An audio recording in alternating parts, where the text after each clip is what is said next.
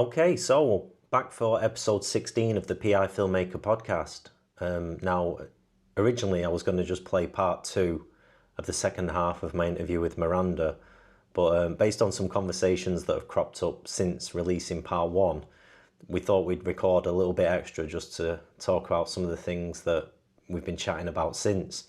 Because after part 1 of the interview went out, Chris Stone had a chat with Miranda, and Miranda's here still, by the way. Hi. So Chris called Miranda. Chris Stone really enjoyed the episode, and Chris Stone was saying about the thing that happened with the actor, Miranda thought was the Game of Thrones actor shaving off their beard, or you couldn't quite remember, could you, the details? But Chris Stone actually said it wasn't Game of Thrones, it was an outdoor kind of World War reenactment show, so it wasn't for a TV show or anything like that. And Chris Stone was just talking about how disappointing it was that he'd had this commitment from the actor that they were going to commit to the dates, and keep their sort of beard intact. And the actor agreed to that, and then they kind of went off and shaved it all off for this war reenactment show thing. And Chris Stone was just saying, because he texted me then and said he really enjoyed the episode, but one of the things that he always talks about with actors, it's not just about being a good actor, but also being reliable. Okay, so you were talking to Chris, and then eventually you recalled an incident that we didn't even discuss where you were actually injured. Mm-hmm. Yep. And through the grapevine, since releasing podcast 1, the reason why we're doing this extra bit is that, I think that the podcast should react in real time. Obviously, the first time we recorded together, it was kind of an impromptu chat. So we thought we'd just chat about filmmaking and your experiences as an actor. But since this first one's gone out, it's then come back to us. We've heard through the grapevine that actually this shoot where you were injured, the filmmaker might have passed on some information that maybe you were less than professional on that shoot. Yeah, which is just shocking, to be fair, because I was beyond professional on that shoot, and the fact that he is saying that, it's just unbelievable. Well, I mean, your personality is not one that would do something like this, but I guess maybe after listening back to the first episode, would it be fair to say you felt like, well, okay, maybe it's time I speak up for myself? Yeah, I mean, I've been trying to work on that for the past few years, and when it did actually happen, my initial instinct was, initially I just wanted it to go away, but in talking to you, you were saying, no, this is not right, because it's not fair. It's not fair for you to have gone through it, or for him to go through thinking that that's acceptable. It's not. It really isn't. So, yeah. So we're here and we're going to talk about what happened. This filmmaker contacts you on Star Now. Yeah. Out of the blue. I didn't apply for anything. He contacted me on Star Now and then said he wanted to put me forward to the client. I said, yeah, that'd be great, thanks. And then he got back to me about a week later and said, yeah, the client would love to use you. You'll either be the doctor or the patient. But I'll get back to you next week with the scene write up, and have a nice weekend. So came down to getting the call sheet and the video, the concept, and yeah, I kind of looked through it and I thought. So there was a shot list, wasn't there? Yeah, and it made it look like there weren't very many shots at all, like 12 shots. Obviously, that didn't turn out to be the case, but yeah. So, do you want me to go through? Yeah. So go on. So if you read the shot list. So we start on a close-up of the face of the patient. She's calm. She looks increasingly worried. Woman flies forward in crash. Image freezes mid-crash. Text on screen. Disease progression devastates lives. Woman flies back into original seating position. Background becomes apparent. Can see doctor talking to woman, clearly a patient. Cut to doctor and nurse appearing behind patient, arms go around her. Repeat of crash, but woman is held safely. Crash over, woman smiles. Text on screen, Uptravi, treat early to protect patients from progression. Uptravi logo. Okay. So you see this about It was, a crash. What? yeah, it was the day before. So this is the day before, and what did you think? How are they going to do that? Yeah, yeah. I was like, oh, wow, okay. I don't quite know how they're going to do that. I mean, it'll be interesting to kind of go through and figure that out. I wonder if they're going to be using wires or, you know, if it's going to be a bit more stylized, or I was intrigued. Stupidly, my alarm bells didn't go off, but yeah, I was like, oh, right. Well, okay. I mean, even if we think of something like Cleft Lip, that does have a crash, doesn't it? But it's done through shots and cuts, isn't there? So there's ways of doing things where you think, oh, okay. You're suggesting this and then I might be happened, lying on a wire and it might imply that this person's flying through the green air. screen or something like that. I didn't have a clue, but Yeah. I just thought, right, I wonder how they're going to do this. Okay, so in terms of prep, costume. Yeah, well, I mean, they'd asked if I could bring a selection of smart casual clothes and do my own hair and makeup because it was a low budget shoot. And Well, they'd asked me to. Well, yeah, I don't know how much they were getting for it from the client, because I'm sure the client didn't know what was going on. This is a corporate video, isn't it? Yeah, So, and it's a pharmaceutical company. yeah, so they're not going to. They're not. So, That's not low budget. well, I'm imagining. I don't know. So yeah, I'd taken a selection of clothes, and obviously you want to look good and presentable. So a lot of the stuff that I was taking was pretty new. You know, smart clothes, certainly not things that I'd had for a long time. You know, they were things that you want to kind of put forward as being presentable. Yeah. So you show up on the day. Yeah. You walk into, what is this, kind of a big studio space? What? No, it was a place in Manchester, Friends of Family. It's like it's like a hall, like a worship hall. Okay, like a hall. Type thing. Okay. Yeah, and I was a bit. They had like bits of food and snacks stuff there, and then I walked into the room, and they had all big fancy cameras and lighting rigs, and dollies and lots of equipment. But then I also noticed like a plastic chair, like an office school chair type thing, and a pile of crash mats. I was like, oh, okay. And is this when you then find out which role you're doing? No, he did say on the email with the concept that I would be playing the patient. Okay. So I did know I was playing the patient. But Okay. I walked in, and the producer stroke cameraman, the one who'd contacted me and who had set all of this up, he was currently like throwing himself through the air and crashing on the crash mats. And, So this is, you see this when you arrive? Yeah. Them having a go at it? Well, I saw like the tail end, and then they started looking at the video, and then they came over to me because they realised that I'd arrived, and they said, "Oh, hello, nice to meet you," all of that. Yeah, we've just been having a go, figuring out what we're doing, and it looks really good. Right, okay. I was like, oh, so right, okay. So there's not the wires that you were expecting? No wires, no stunt coordinator. No stunt Basically, coordinator. they were saying, they wanted me to fly through the air, launch myself off this chair, and they would capture it. And yeah, it was a bit surprising, I would say. So the producer, he talks you through the action before the first shot, doesn't he? Well, he said, we'll concentrate on the first bit where you are, you're kind of, it's the impact of the crash where you're in the seat. And The then jolt? Yeah. We'll do the jolt first. And then we'll go into, you kind of flying through the air, because they wanted to catch it mid, me in the air. Okay. So we come to the first take, and what was the direction?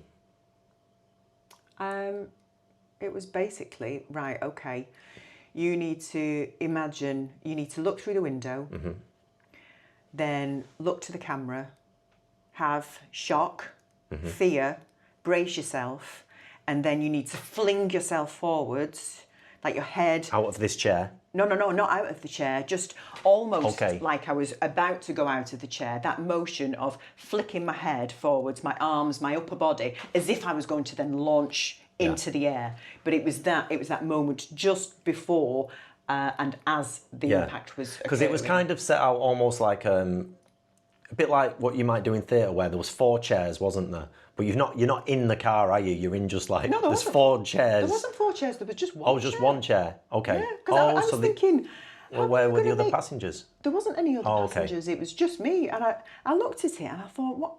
How are you going to make that look like a car? I don't really understand this. I didn't understand what they were going for, and I thought... Right, okay. So you do the jolt, and you go...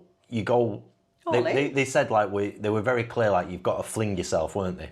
Oh, yeah. And it was like, right, okay, yeah, that was great, that was really good. Okay, we need to get that again. And then we need to get that again. And then we need to get that again, and again, and again. And it got to the point where it was just, it was incessant. The producer, stroke camera operator, was insistent that I needed to fling myself. He wanted to see my head fling forward, my hair fling forward over my face. And then they were saying, right, okay, some of it wasn't even like we were going off this... So the shot list is out the window at this point? Yeah, it was. It was a case of, right, okay, we're on this section, let's go and get as many takes as we possibly can. Oh, I like the hair flinging there. Let's get a close-up of the hair flinging. Oh, let's have a close-up of the eyes as you fling forward. Let's have a close-up of your hand as you fling forward. Let's do it from above. Let's do it from the side. Let's track along at the side. Let's do it over and over and over again. And then he started saying, it was to the point where I didn't even have enough time to kind of sit back down, because I was trying to keep up with continuity as well. I'd sit down, kind of go to straighten my hair, but he was like, no, action, go, okay, reset, back, go. And it was just again. I couldn't believe it. I was just like, there was no time for any kind of break or... it was just incessant, and it was any time, because at this point I've like done it quite a lot of times, reaching probably about 70 or 80 times where I'm flinging myself forwards. And then he was just saying, right, oh, okay, the intensity dropped a little bit there, you're going to have to build that up, you're going to have to build it up. And I thought, I'm flinging myself. I could feel that, I felt tired. I felt physically tired, because I was literally trying to get it as what they wanted and going all in, because I thought the sooner I get this done, the sooner we can move on and go to this other shot, and then the Superman shot. It'll be over. Yeah. So with that though, like at this point, how were you feeling inside? Oh, well, I felt disgusted. I felt disgusted that I was being asked to do all of this, and there were 2 other actors. I don't know, it just seemed like it was luck of the draw, who had been picked for which role, but there were 2 other actors, one playing the doctor, one playing the nurse, and for all this time they're just sat outside having a little chat, enjoying some snacks, and I'm thinking, I can't believe I'm throwing myself around like a rag doll. I felt like a crash test dummy. I felt worthless. I felt like this is what I've become. I've trained, I've worked, I've been so passionate about this, and I do always want to give my all and try and give the director, production company, give them exactly what they want and do exactly what they want, so that they can say, yeah, that was brilliant. Because, the work that you do, that follows you around, and your reputation and your eligibility to get more work, it goes on reputation. And I have always been steadfast in giving people my all, but this time I just felt like they used that against me, and it was my own fault. I felt stupid for just carrying on, but then at the same time I wanted it to be over. I wanted to get it done, to move on, and then just go home. So, they eventually move on from the Superman shot. Yeah. From the jolt to the Superman shot. Yeah, after I'd done it about 200 times, 300 times. Of the jolt. Of me flinging myself forward. And then we'll save the Superman shot for now, because what I think this fling, it implies where we might be going with this. We cut to you back home, and you're in a lot of pain, aren't you? Yeah, I was. As soon as well, before I'd even left, my head was absolutely banging. And I said to one of the other actors at the time, I was like, my head is banging. It's like throbbing. And again, one of the other actor had said, you're going to be getting whiplash at this rate. None of the production crew said anything about that comment. And it just shows that the actor that wasn't even in the room for the majority of the shoot, just the end bit, he picked up on the fact that that could have been a possibility. So the fact that no one in the production crew had considered that might be, a possibility that I might actually get injured from this. But yeah, my head was banging, and people were, because there was a bit of a break because we'd got to the end, and then it turned out it wasn't the end. They'd thought of a few other shots that they wanted to get, but they'd filled up the 2 memory cards because we'd done that many takes, and they wanted to get these other shots as well. So we waited 20 minutes for them to get everything off the memory card so that we could do it again. And people were chatting and being sociable, and I didn't want to be there. I tried to put on, the face of being sociable, but I just wanted to be in the quiet. I just wanted to go. I just wanted to leave and not be there anymore because I was in pain. My head was it was just throbbing. And then, obviously, I get home and the headache didn't go away. I'd taken paracetamol. I took ibuprofen. Didn't go away. You'd been out at the time. And then when you came back, I was kind of all curled up and trying to sleep. And I told you what had happened. And you were like, what the fuck, Miranda? You could have done some serious damage to yourself. And I felt stupid. I did feel stupid. I felt, why have I let this happen? Why have they done it to me in the first place? Why have they allowed this to happen? Because I was there on their watch. There was no health and safety report that had been done. Nothing like that, clearly. The risk assessment was a copy and paste of just what the building had. Which I've seen now. There was a health thing that going through the emails last night. I saw this health and safety, and it was basically just a copy and paste from the building that we were in. It was their health and safety thing. And one of the points was, if there's any accident, doesn't matter how small, how big or small, you need to report it via this form. Yeah. I doubt that happened. No. But yeah, but then I started to develop. So I stayed at home, and I started to develop aches all down my neck, all down my shoulders. The next morning, I couldn't actually. I went to open the back door for the cats, and I couldn't actually lift my arm up to, push down on the handle. I couldn't turn my head to the side. It was I felt in agony, and my headache, it was still banging. It wouldn't go away. It didn't matter. I was drinking water. I was drinking, trying to keep refreshed, having painkillers, doubling up with ibuprofen and paracetamol. Just wasn't touching it at all. And then you said, you need to go to the doctor. You need to go and get checked out because you don't know what you've done to yourself. Well, yeah, I've seen a lot of these movies and documentaries about like NFL football players, and it's not that you've not done it for as many years as that, but like your brain's not meant to be rocked like that. No. It just isn't. 4 hours. 4 hours with a 10-minute break, and then the 20-minute break later on near the end when they were wiping the cards, because they'd said, as we'd done it for about 3.5 hours, we were approaching what was due to be the lunch. They'd said, oh, well, we've not got very much left. Do you want to just carry on, or do you want to have lunch? But if we carry on, obviously we'll get to finish early, and then you can just go. Yeah, and I think that's what they were aiming for anyway. But yeah, I was like, I just want to be out of here. Yeah. I just want to get out. I drive you to hospital. Yeah, well, we went to A&E first. Yeah. And then they said, you need to go and have a CT scan because that amount of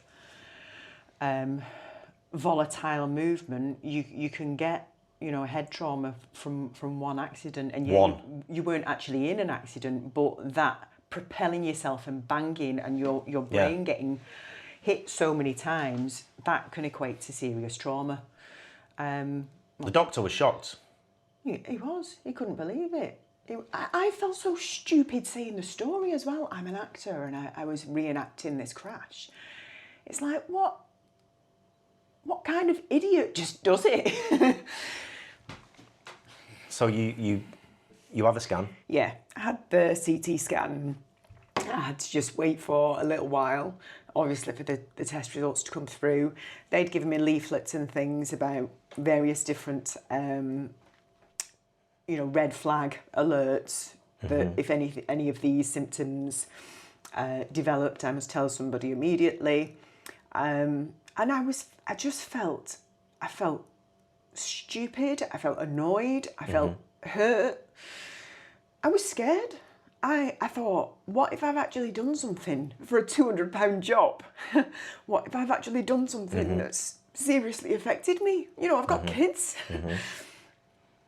It just felt stupid. I felt so annoyed with myself and frustrated. Well, yeah. I mean, I don't think that they've relied on actors wanting to do a good job. Yeah. That's exactly what they've relied on, and so you've had these scans, and then I was raging. Yeah. I was absolutely raging about this, and I was like, you need to out them. I know. I was like, they need outing. So you started writing, didn't you? I did. I sat in A&E whilst waiting, because obviously everyone knows you're there for a while. I started writing what had happened, and I thought, because I'm not one for, taking revenge or things like that, but I thought, I'm in a position here where they've done something that was completely unacceptable. Yeah. And yeah, a lot of actors would have said, no, that's not okay. I'm not doing that. No.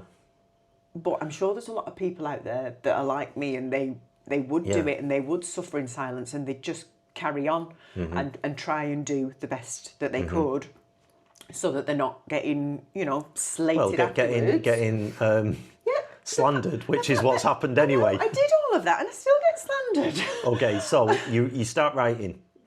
Yeah, so I started writing my account of what had happened. And this does include the Superman bit, doesn't it? Yeah. So do you want to actually read the full? I can. I mean, I've No, I listen. We've gone over. The podcast is what the podcast is. If people want to tune out, they can tune out. But so, do you want to read what because you put this out public, and then it was actually eventually said, I'd take that down, and you actually want to be speaking to a lawyer. Yeah. Because this is outrageous. But I know he was. He was like, I can't believe that people like this should not be working in this industry. No. So. Yeah. I'm writing this from A&E as I wait for a CT scan on my head. Yesterday I was working with 84 Media on a corporate video for a pharmaceutical drug, Uptravi. During this shoot, I was continually asked to vigorously thrust my head and upper body forwards as if I were in a head-on collision with a truck and not wearing a seatbelt. It's somewhat ironic that a video designed to promote a healthcare brand has resulted in me having to go to hospital with serious concerns for my health. I was initially approached for this role by the director, so it was actually the producer, at 84 Media, via Star Now. He asked if I was available, and later confirmed that I would be playing either the doctor or the patient. Upon receiving the call sheet, I was informed that I'd be playing the patient, and as it was a limited budget, was asked to do my own hair and makeup, as well as provide a selection of smart casual outfits.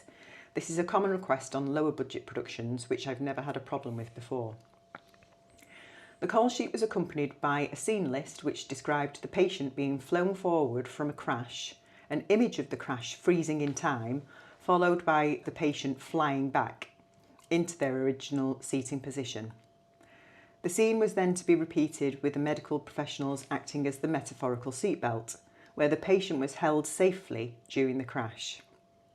Having read this, I was a little surprised and wondered how they were going to create this effect. I did not for one moment imagine it would be anything like what I was subjected to. When I arrived, I saw a small collection of crash mats and was told they'd just had a go at what they wanted to achieve, and it worked really well. I was shown a video of the producer, stroke camera operator, jumping up from the chair and diving onto the mats so they could get an image of the patient flying through the air, which they could then freeze and rewind for the required scene.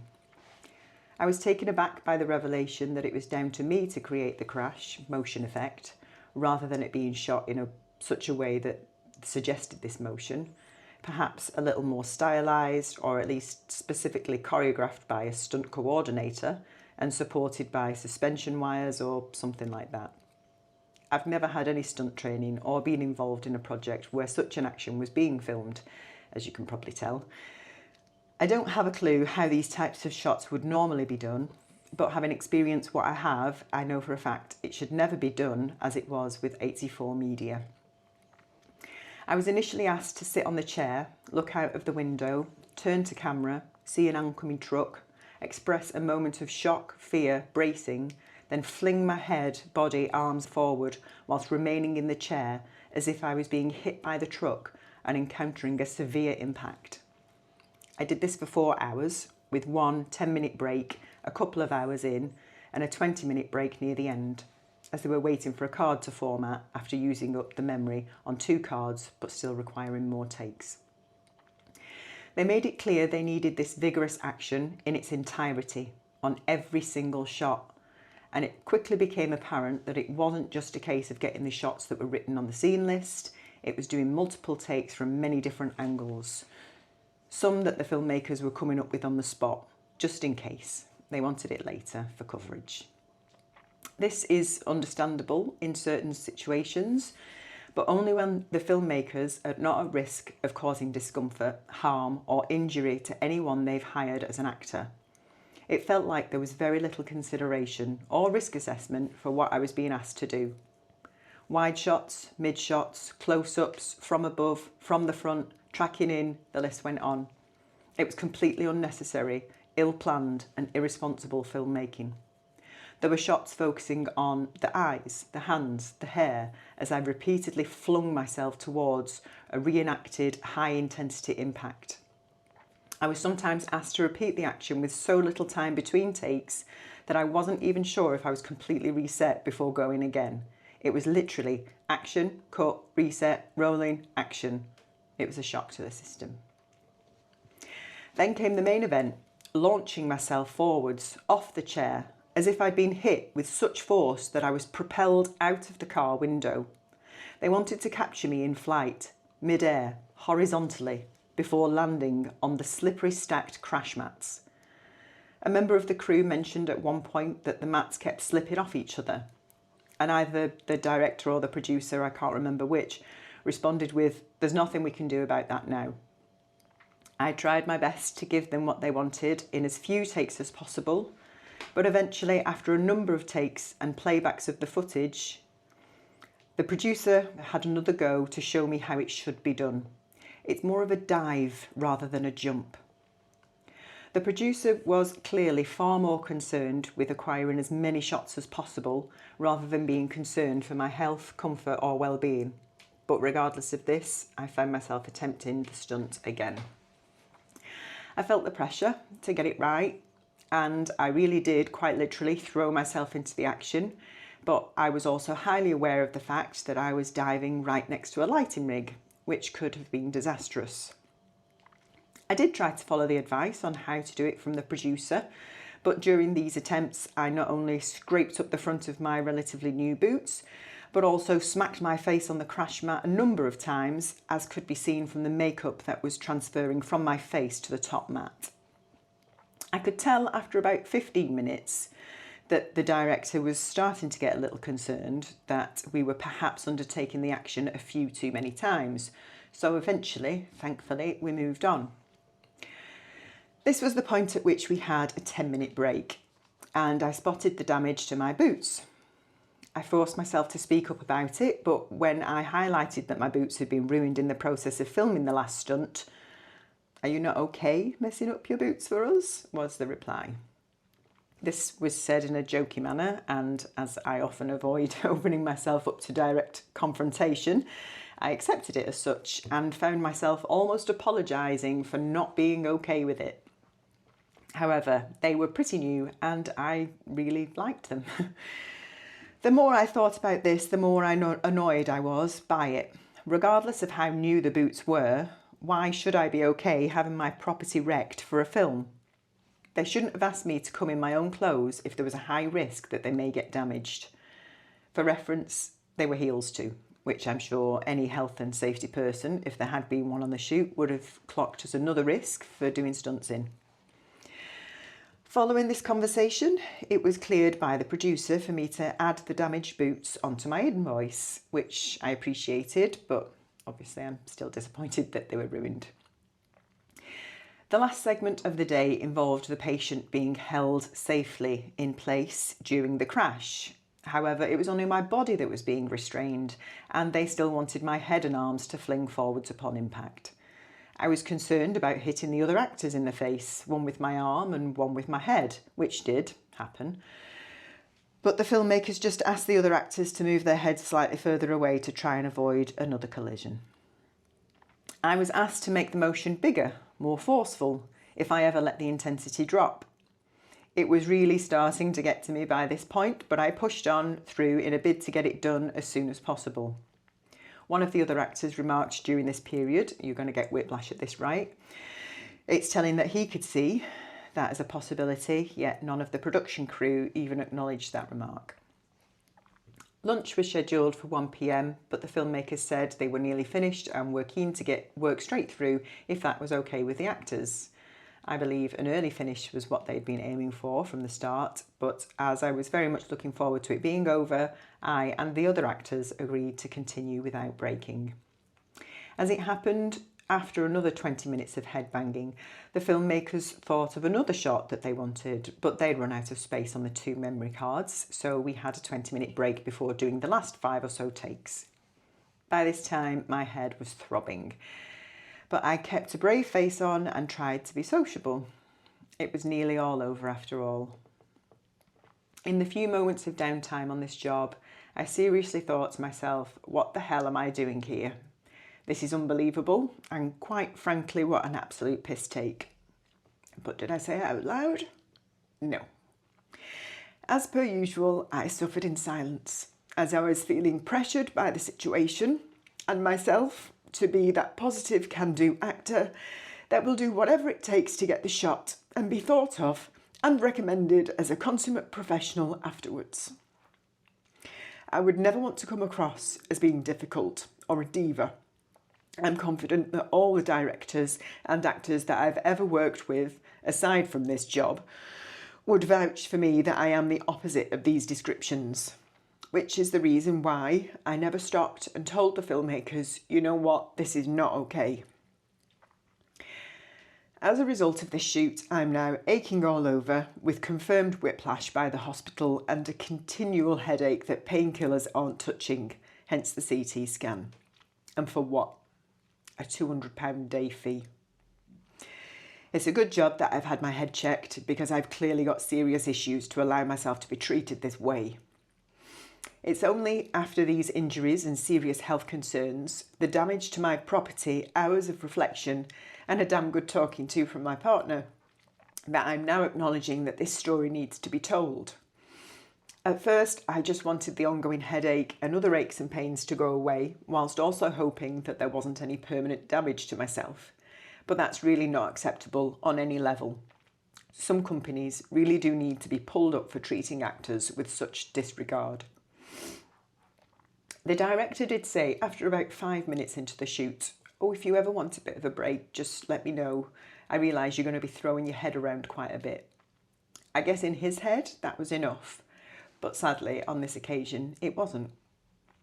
It doesn't really matter if an actor says that's okay or not, because as a professional company, more care and attention should have been placed on how to create this adventurous scene safely, or it shouldn't have been attempted at all.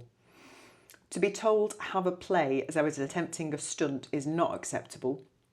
A trained stunt person should have been hired, or at the very least a stunt coordinator should have been employed to design the movements and oversee such dangerous action. The biggest insult for me was the number of takes, and on occasions the quick succession. I don't know exactly how many I did, but I'm certain it was in the hundreds. As one of the triage nurses pointed out today, you can sustain a head injury with one jolt in a car crash. 4 hours worth is excessive trauma. It's sad to see that I still have more concern and regard for other people's wants and needs than I do for myself. I have become more and more aware of this less than admirable trait over the past few years, and I've been trying hard to work towards improving both my assertiveness and self-worth. But quite clearly, I'm not there yet. I feel annoyed and embarrassed by the fact that to some degree I let this happen. I know a lot of actors would have said no straight away or done so after a few takes, but I also suspect there will be a lot of actors out there who wouldn't say no and, like me, would end up getting hurt. Since the shoot, I've been on a nasty roller coaster of pain and emotional turmoil. Alongside a continuous headache, I've spent a large portion of today crying and feeling completely drained and shook up by the whole affair. I'm now out of A&E and have been given the all clear with my head scan, thankfully. However, I have been told that I could experience the headaches and pain for up to 2 weeks, alongside a long list of other potential ailments that could be expected. I only need to return to the hospital if any of their red flag symptoms develop. Hopefully that will not be the case. For any people-pleasing actors out there, take note. Stand up for yourself, because sadly, sometimes, if you don't, no one else will. Your health and well-being is always more important than a job. Stay safe.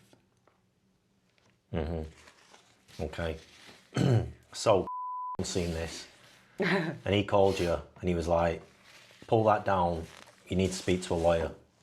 Yeah, well, I actually sent it to him because I'd posted it out because my intention was to spread the word, because I thought this isn't right. I sent it to and I thought I'm going to ask him if he will post it out, and he read it and he rang me straight away. Firstly, to see how I was and to tell me, how sorry he was that I'd experienced that. But also said, look, it's just outrageous. You really need to speak to either equity or an injury, a lawyer, because this is just not acceptable. So I did. I took the post down, and I'd let my equity membership lapse. I hadn't paid for it because I hadn't been doing a huge amount of work. I'd done like some corporate things and things like that, but yeah, I had let my equity membership lapse. But I rang them anyway. I started up my membership again because I thought this is why they're here. And I contacted them and sent them what had happened to me on the shoot. And they were disgusted, and they said, unfortunately, we wouldn't be able to give you free legal advice because you weren't a member at the time, but we will definitely pass you on to our solicitors and you can arrange a fee with them directly, because this is not acceptable, and yeah, they need looking into. So basically I spoke with the solicitors.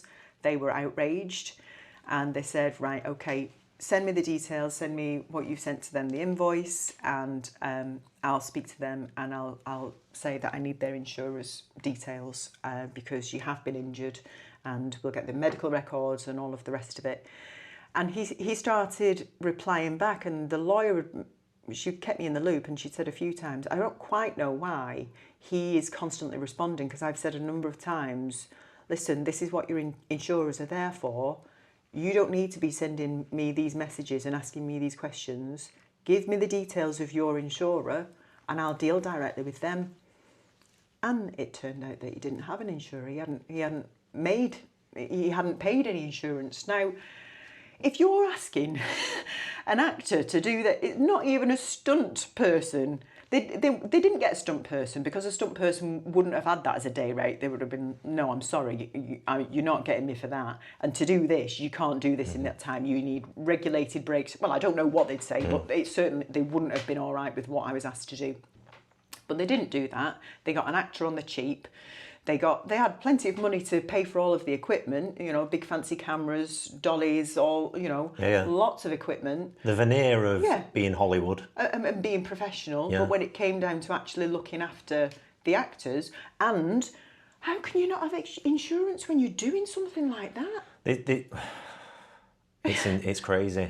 So, yeah, it turned out that, he fought back. He was asking to see the medical records and you had it? Yeah, You had the record. I did. I did. I think he thought I was blagging, I was bluffing and just trying to get some money out of him. But that wasn't the case at all. What he'd done was wrong. When they were asking me to like fly through the air, no, you need to lift your legs up. We need you horizontal. It's like, but I'm jumping off a chair. I'm trying to jump up vertically and then launch horizontally. And then I'd do it, and then he'd say, "Oh no, it looks like you're jumping." Look, yeah, I am. I am. I'm jumping in heels. I'm an actor. I'm not a stunt person.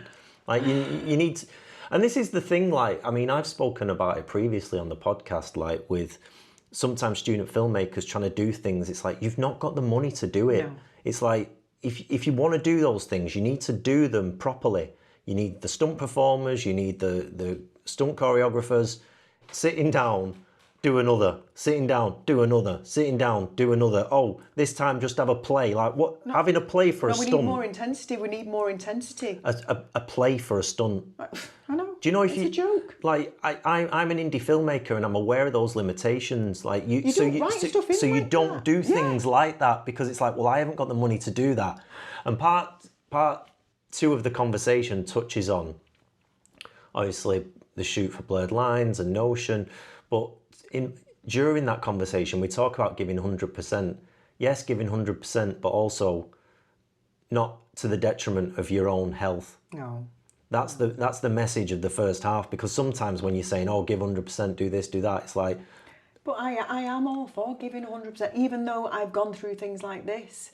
If there's something that I can do, and I can do it safely, I will go all in. It's context. Yeah, like and I think before. Yeah. The pain is temporary, film is forever. No, yeah, and yeah, you're right. Pain is temporary, film is forever, but not like this. And when I've said that in the last podcast, part 1, I'm not saying anyone should ever be hurt. I'm saying like it is exhausting making films, right? Yeah. It's exhausting. It's tiring. It's like, oh, this is a drag. There might be physical exertion. There might be them interpersonal conflicts where like I don't want to do this, or we need to do this, we need to do this. It's tiring, it's painful, it's stressful. I don't mean that anyone should be on set dealing with what you've had to deal with. Not. I mean, most filmmakers would agree. You know, they would hear this and think, I can't believe that went ahead. I can't believe they've tried to do that. So if we think this is a corporate video shoot, there's been some money there. In terms of when they eventually agreed to pay compensation, what did you come out with? So they took a fee.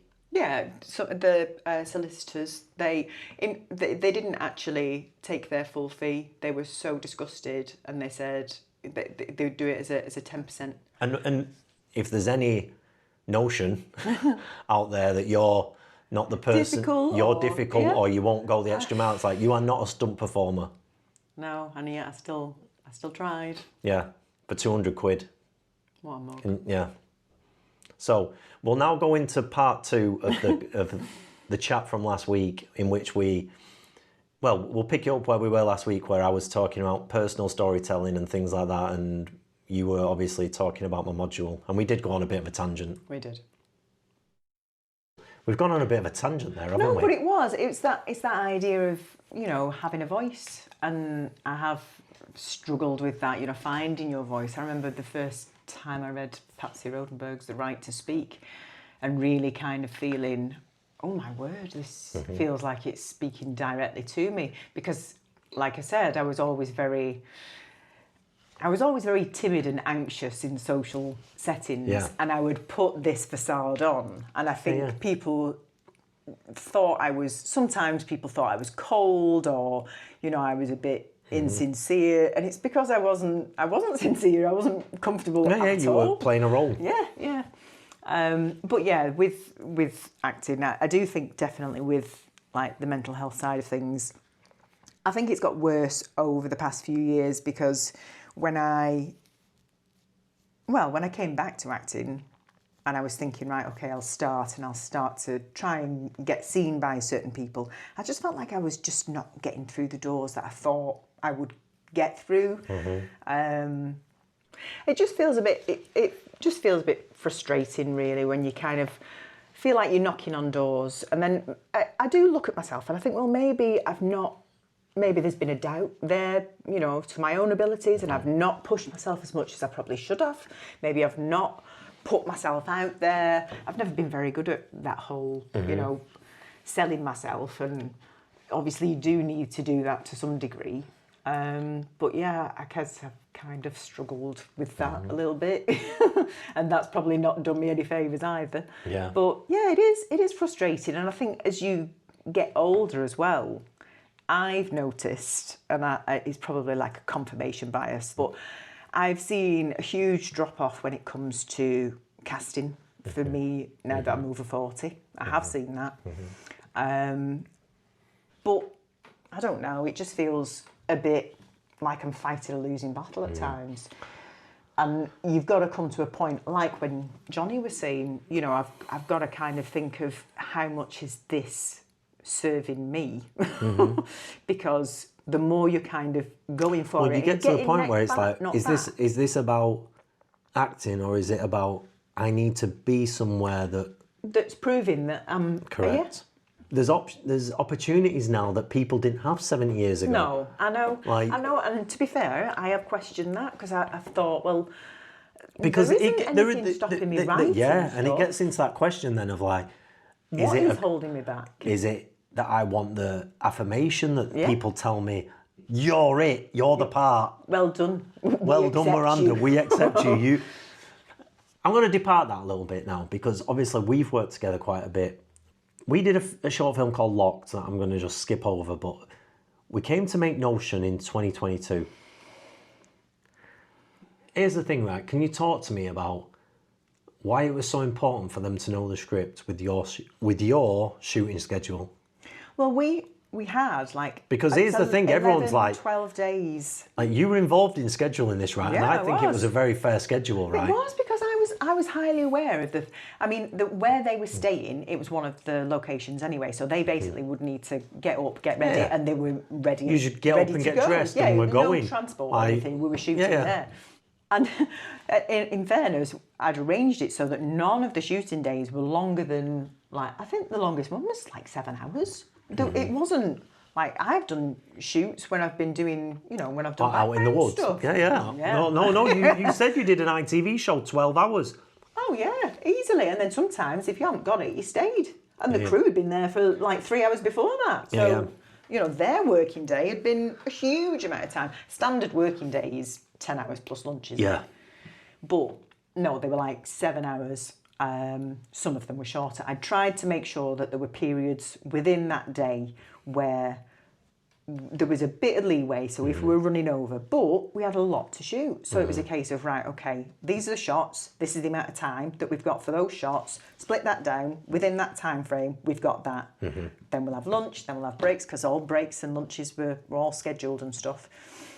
But we needed to move. We couldn't be stopping and starting, because if we had like 4 shots for one scene, we had set-up times as well. So you have to kind of allocate that time. Can you talk to me about the when we eventually decided to let the actors go? The heartbreak involved in that. Yeah. See, I knew, 1, how much work had gone into getting it to this point. 2, how much you'd been working for a full year, and you've been putting money away to fund this film. And it was a deeply personal story to you. You know, it's something that is based on your history, you know, and things that have happened to you in your past, and things that are deeply emotional for you. So I knew how much had gone into that. And the fact that they had come to that final rehearsal and just didn't know it. I mean, they were claiming that they knew it. It was just embarrassing how little they actually knew. The fact that they started with the scripts on their knees, and you did actually say to them, didn't you? Okay, so scripts away. And they both kind of said, "Oh well, I'm not really there yet." And we both kind of tensed because this was all on Zoom. But I thought, oh no, because this is like 2 weeks out from shooting day. I thought, oh crap, what? Maybe it's just nerves. Maybe they just need it there as a bit of security. Because sometimes, you know, you feel like you're on show. But it was quite clear that they didn't know it because they were basically reading it. And some of the scenes, it was like they were so far off. Not even close. So yeah, it was deeply shocking and nerve-wracking. And you came off that. I knew straight away. I knew as soon as we were hanging up, I thought, oh crap, what? I don't know what's going to happen now. And you just went into, well, we were sat here, weren't we? We ended up sitting, drinking red wine and just working out what the fuck we were going to do. Because literally 2 weeks out, thousands sunk into it already, locations booked, 12 Basically, months you don't have to work. You don't have to recite blurred lines in the film. I know, but I'm just trying to go back to that point. It was deeply frustrating and annoying. When we cancelled Notion in 2022, I remember you came upstairs and do you want to say? Well, yeah, because initially on the first day I was like, right, okay, well, we can get through this. We can fight through, because I didn't want it to end for you, because you'd put so much work in, and I will always be like, right, oh no, we can do this. We can make this work. We can make this work. And then I'd slept on it, and I was just thinking, I started to think about the schedule, what we had to do, the time that we had, and just the sheer amount of work. And then I thought, if they don't know it, well, I actually said, look, how about we give them a chance? Not like... Go on. What? No, because Del Toro said on that chat, there's such a thing as saying, I'm sorry. And that is exact. I said, how about we... Do you know give what's them a amazing? chance? No one who's watched Blurred Lines has picked up on this. That you're waiting for that moment for Ricky or Olivia to say, you're right, I'll do it properly. Well, that was the point. Because I'd said, how about you send them an email to say, look, I'm really disappointed. All this, I said all of this, I pointed it out from the start. You knew that you had to be off book by this point. Yeah, it's dialogue heavy, but you've had your time. Yeah. And you knew that this was the deadline. It's not and you're getting paid. Yeah. So, no, there wasn't any excuse. And I don't like this idea of, oh, well, I'll keep it fresh. No, bollocks. It's not about keeping it fresh. Can you just say that again? It's bollocks. It is bollocks. You've got to know it. I want to keep it fresh on the day. You've got to know it inside out so that you can forget it. And then you can be real. Because when you're saying, no, hold on that line, stop, look down, don't look over there. You can't be thinking about all those things, still and trying to be natural. remembering the words. And then remember it. Because you'll see it in the eyes. You see it straight away. Me and Johnny discussed it last week. You can't hide someone who's trying to remember the words. I was hoping that they were going to come back and say, you know what, I'm really sorry. Yeah, you did say that. I can learn this. Give me till Wednesday and we can do another read through and I'll show you that I know it. Yeah. And I thought, just come back and say that, because you'd restore that faith and say, I'm sorry, hold your hands up, my bad, I'll prove to you that I'm in this and I can do it for you. Yeah. And they didn't. They came back argumentative. And you said? Well, I just said, I don't know, we can't do this. How are we going to do this? If we do this, it's going to be, you pay for those locations, you pay for them to come, we're not going to get the footage, it's not going to get finished, you're going to have wasted that 10, 12 grand, you're going to come out with, you're not going to have a film. Mm-hmm. Or whatever you do have, it's certainly not going to be the film that you want, not the one that you wrote, because they'll be changing lines left, right and centre. And I know that you are very precise with your writing. Can you tell me where you stand on this, knowing the script? Because here's the thing, right? I'm not saying I'm Shakespeare, but you don't just start saying, I'm going to rewrite Shakespeare, right? I'm not saying I'm Shakespeare before everyone jumps on Letterboxd. But can you talk to me about the script? And there's a Judi Dench quote, isn't there? What does Judi Dench say? Oh, well, you say it because... Well, when people say, oh, my character wouldn't say that, she says, well... Yes, they would. They do. It's right there. Say it. You find a way. It's your job as the actor to find a way to find that truth, to say that line. You say that line. Mm-hmm. So why do you say that line? I think people now think I've invented this. Even Will was like a little bit like, I worry how you come across. No, I think you've obviously had experiences that have really frustrated you, which, it is frustrating. Wait a minute, you have.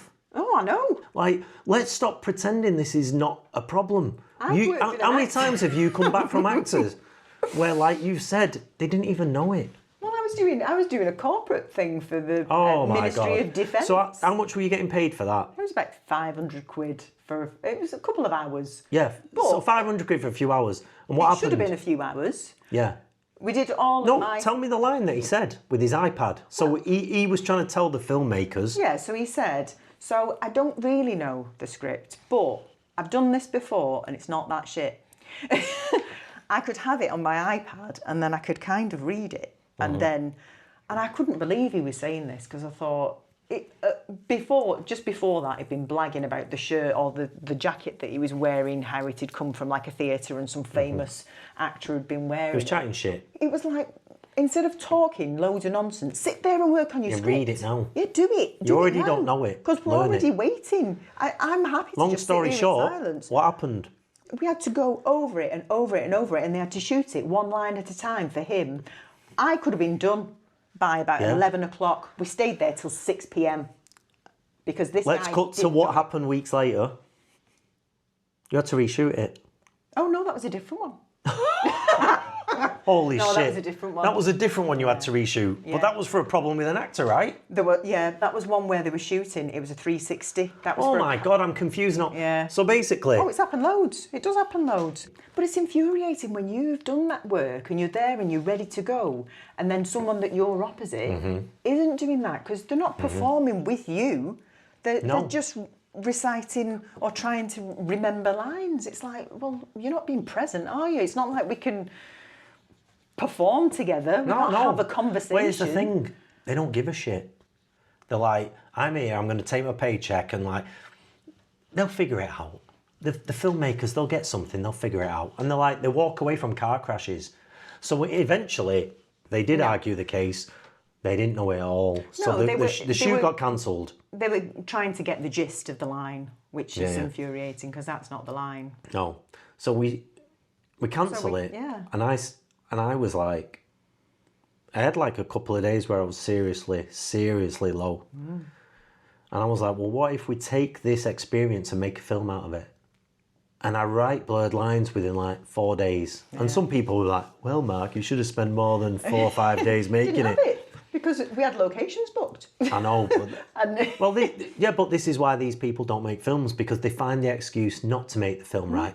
But how accurate was that to what actually happened? Dealing with the actors, it was very close. When we get to the reviews, people said these two people are not real. They're very much real. And I've got a very good memory for what's been said. Because what surprises me with the reviews that kicked off with students, they were like, they said, I'd made these people into caricatures. You actually said to me, you said, I remember we shot Ricky's scenes, and you actually said, I don't think he went far enough. Well, that was the thing, because I wasn't because you recorded watching, sound I was on doing set. sound, yeah. So a lot of the time I was looking down and trying to make sure that I had the levels right, and I was only looking up to make sure that the mic was in a good position to catch what he was saying. But a lot of the time I wasn't necessarily looking at him. I was listening to it, and when I was listening, it didn't sound, because obviously I was on the call as well. I said that I thought that he wasn't quite as... He didn't quite go in as hard as what the real person, the real Ricky. Done. Yeah, he was a bit tame in comparison. Yeah, and I was a bit worried that it hadn't gone hard enough. And then, I mean, I'd heard you laughing at points. And you were like, oh, no, that's great. And you said, no, just wait till you see it. And obviously, I mean, I love his performance. I think he's done an amazing job. I think David Barden as Ricky. He's a legend. It's incredible.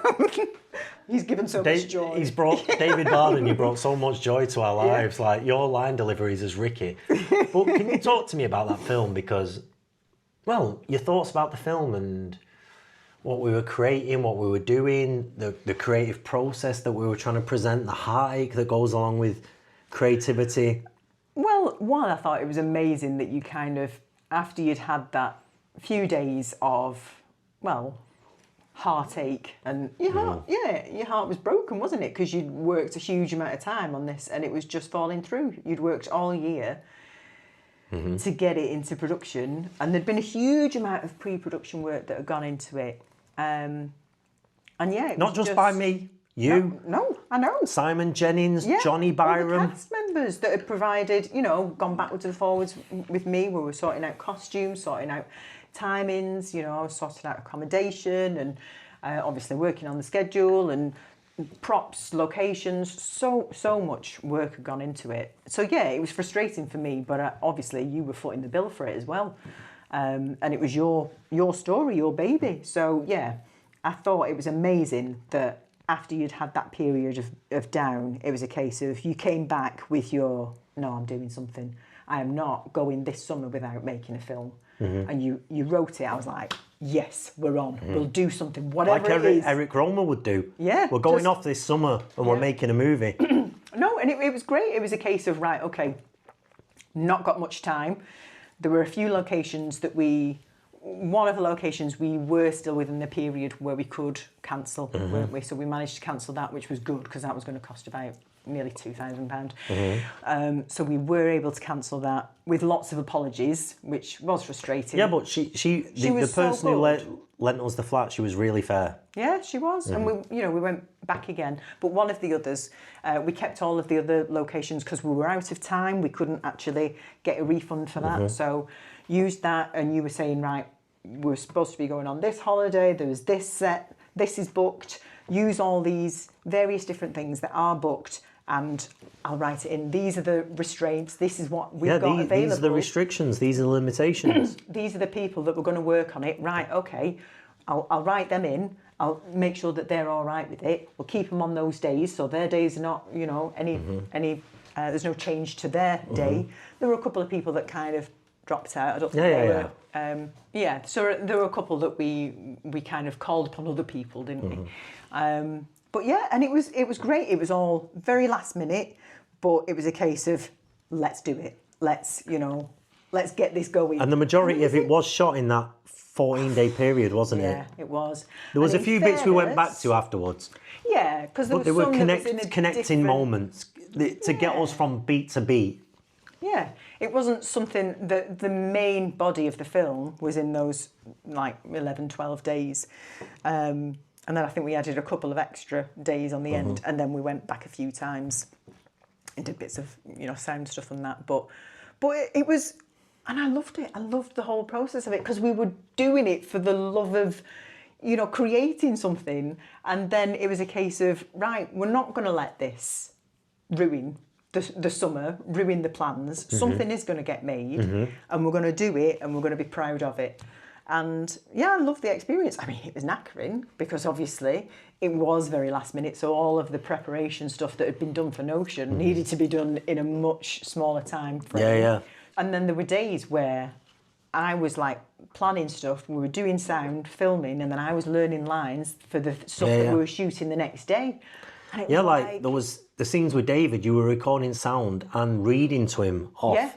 I was reading camera. the script and he was responding to me, and when off camera, so you were there delivering to him whilst recording the sound. Yeah, like this was like so low budget. Yeah. Thematically though, do you want to talk to me about, because you really love this film, don't you? I do. To be fair, I was so proud of it when it was finished and getting into completion, and obviously. Well, I said before about hating watching myself, and I'd managed to get past that. And I was really, there's still shots that I don't particularly like of myself, but putting that aside, I was really proud of the script. It meant something. It was telling a story. It felt heartfelt. I felt the performance as well, because, you are very... And I love that. I like to be told, if you want me to do something or I'm doing something wrong, tell me, please tell me. And you do, and I think because obviously we're, together, I think you were a bit more harsh with me than what you possibly would speak. You'd say the same thing, but you'd said it slightly differently. But that was because we're a couple and you talk to your partner there's different dynamics with different people, isn't there? Like, if I can't be straighter to the point with you. Like with some actors, you've got to be like, okay, we don't have like this long-term relationship. We need to get to that point but where. At the same time, we were up against it, and I knew that I was in safe hands with you, because whatever you do, whenever you've worked with actors, the way that you cut things together, and you are great when it comes to editing, and you see things and you're particular about the timing and how you put everything together. And you elevate the performance. So I knew I was in good hands, and I thought, if you tell me that I'm doing something wrong, I'm going to listen. If I'm cocking my head, because you said that a few times, why are you tilting your head? Oh shit, I didn't even realise I was doing that. Yeah. But it is, you're seeing it. And as an actor, you need that. You need that outside eye, because you're coming from, you're bringing what's inside out. You're not on the outside seeing what everyone else is seeing. So you with that eye. It's that thing with Guillermo del Toro was saying, like, I'm always watching people. Like, I'll be in a coffee shop and I'll just watch people. And that's when people are having a coffee on their own and they're just looking out. That's the thing I want to capture on camera. That moment where they're being so authentic because they're not thinking about how to perform or how to interact. They've almost gone into like a reverie, and they're just looking out into the world, and that's when you catch people at their most authentic. That's what I want on camera. Well, that's what you do in your castings a lot of the time, isn't it? Yeah. In a coffee shop. The coffee shop audition. It shows so much.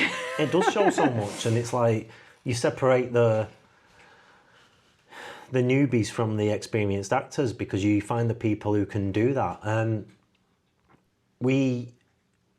It took a long time to finish. Obviously, it took 3 years to finish because we're all juggling jobs. We screen it in March at home cinema.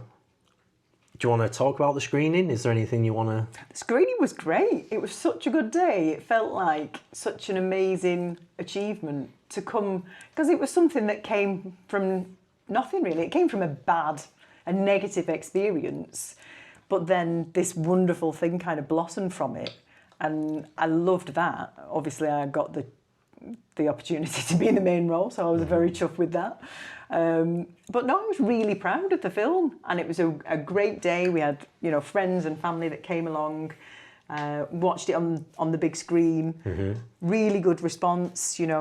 My sister, one of my sisters had come, and she was like, it was so good. It was really good. It was really good. She understood office politics, didn't she? And she said, that guy, I wanted to slap him, because I've met people like him that talk to you like that, they talk down to you, and it's like, oh yeah, well I know about this, and no, you're acting in a certain way there, and it's like, no, that's not quite what happened.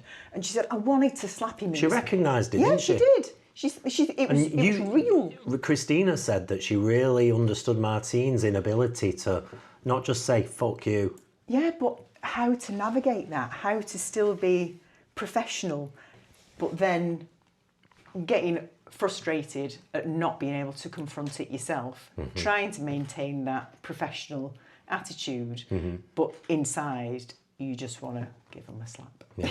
It was a good screening, and then a couple of months later it was released online. Yeah. Well, do you want let's talk about that. Before we came on mic, you referred to these critics as little shits. Well, yeah, because they are little shits. Because they've come along, they've just decided that they're annoyed that you've given them feedback at uni, which is your job, that was your job. You were there to give feedback, whether they liked it or not, that's your job. Which was in a private setting as well. It's not like you were doing it publicly. They decided that they had taken umbrage to you giving, you doing your job and giving that feedback. And decided to publicly slate you and the film, although it wasn't. That was what was so annoying, the amount of comments and the half stars. And it was just like, we've worked so hard on this film. We've made something out of a really negative experience. And they've come along and just decided that they're going to try and shit all over it. And it's annoying. It's so annoying, because the amount of time and effort and money and work that went into it. 3 years, you know, afterwards as well, because obviously it came to you still wanted to make Notion. So January, again, we were casting for that. So we were doing all the pre-production for Notion and the post-production on Blurred Lines. It was a heavy year, 2020. And working and family. 2023, sorry. It's a lot of work. And it both years, yeah. Both years, it was like juggling, and it got to the point where you were like, I don't know what. Yeah, I needed to finish Blurred Lines. Finish one, because juggling between the two of them, because you were working on one, and then you were going over to the other, and it was like we were swapping over as well. I'd do something on Blurred Lines upstairs on one computer. Well, got another computer, didn't we? So I could work on something upstairs, and you could work on the other one downstairs, and then we'd swap over. So it was a huge amount of work, and it just felt so disappointing that these people had come along that are, as Martine would say, tourists, you know. One of the reviews that, I don't remember the exact words, but a more mature mind would have understood that the likes of Ricky and Olivia had a perspective worth pursuing. You understanding what happened with the real Ricky and Olivia, and then seeing what Caitlin and Seth have done. Can you talk to me about that? Well, that's just a ridiculous comment, because in fairness, they didn't know the script. They didn't know what they were saying. They didn't know why they were saying it. So how can they know more about what you, who have written these characters, these characters are based on you and on conversations that you've had, experiences that you've had. I don't quite know why you would then have to listen to two actors that don't know anything about this past story or characters would be able to tell you or inform you more about that story. So I think that's a bit idiotic, really. I know some of the student backlash, they targeted you personally. They said, yes, Queen, give us nothing. Well, yeah, and you know what? On other productions, that would have really hurt me.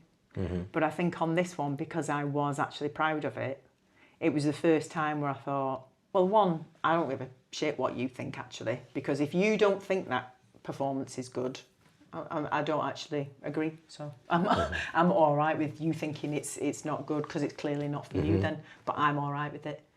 And that's probably the first time that I would ever be in a position where I feel that way. So I don't know, maybe it's age as well, or maybe it's the fact that I am actually proud of it. You've said that it's really disappointing, and you've maybe articulated this, but you said it's really disappointing that one of the things that you're really proud of has been ruined. Because I've been working at this since I've wanted to do it since being 9. I've been performing. I started performing with my sister. Keep in mind, these people weren't even born 15. back then. Yeah, I've been working since before they were born. Or I've certainly been interested in acting since before they were born.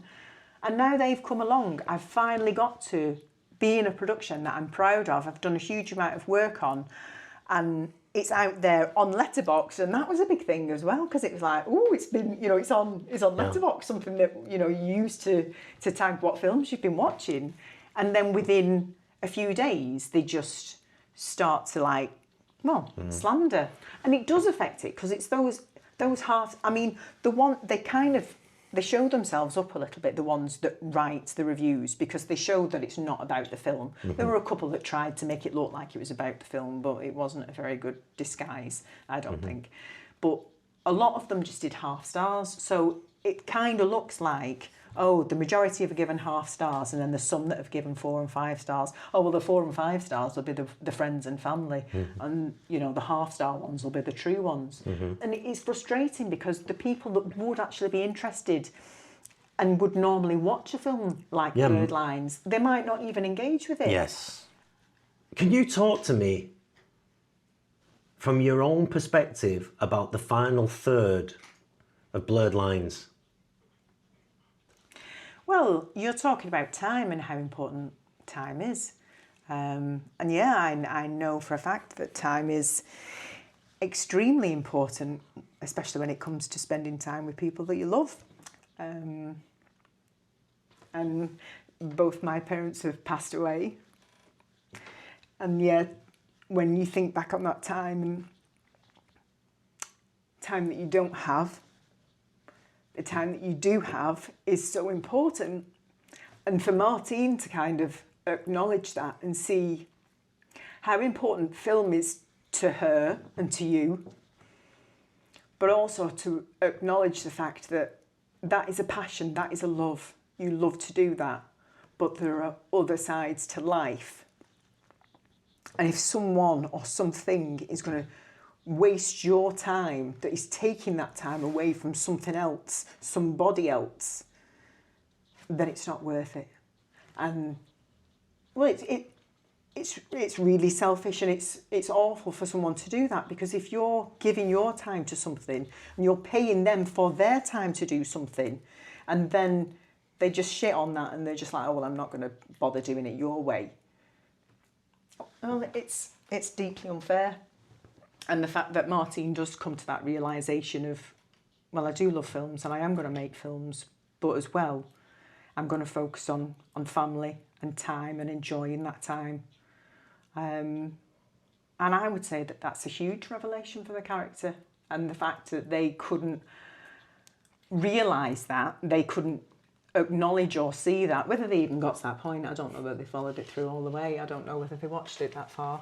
But the fact that there were a few, I can't remember all of them, I stopped reading them to be honest, but some that were saying you lacked empathy, or you lacked, emotional something of a knit or something, was that was a recent one. It's like you really don't understand it at all, do you? You don't understand this human side of what you're trying to express with this film.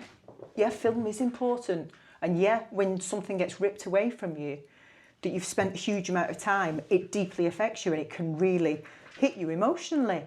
But then at the same time, she comes to this conclusion about love, about family, about connection, and how important that is. And if people are going to waste your time, then you need to sideline that and focus on what is important. Really well articulated. Let's move on from blurred lines. Let's talk about actually shooting Notion for real. We actually had incredible actors on Notion in the end. We did. Can you just talk to me about Notion in regards to what Del Toro said about the film putting itself right? Because this is how this podcast has come about, basically. Because you were like, listening to that episode, and you said, Notion put itself right. It did. Well, it was funny because when we were actually in the Q&A, I was thinking, and that's exactly what happened with Blurred Lines and Notion, because the shit hit the fan. Oh, actually, sorry to interrupt. I actually said in the last episode, I mixed up Blurred Lines and Notion, didn't I? At one point I said, Blurred Lines, the actors didn't know it. Oh, yeah. I meant Notion. That's how we came to make Blurred That's how entwined these two films are for me, like Blurred Lines and Notion. Yeah, Notion. Go on.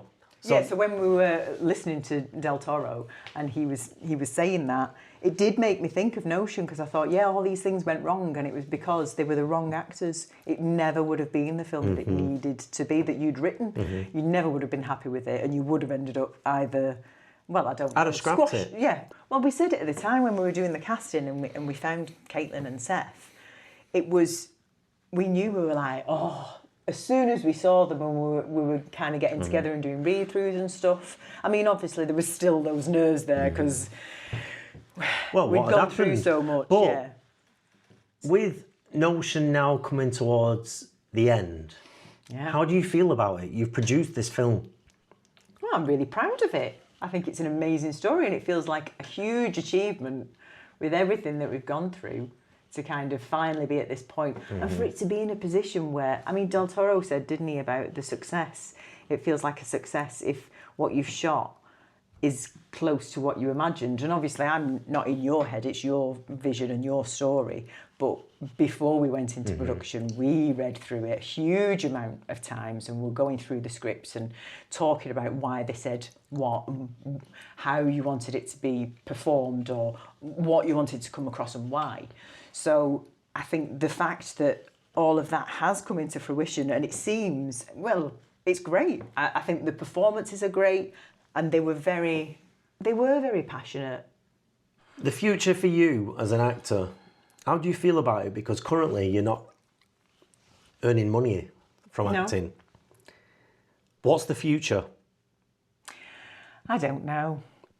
Is acting kind of, if it comes along, I'll do it. If not, and that's the thing. I would never say that I'm giving up acting, because I don't know. I can't.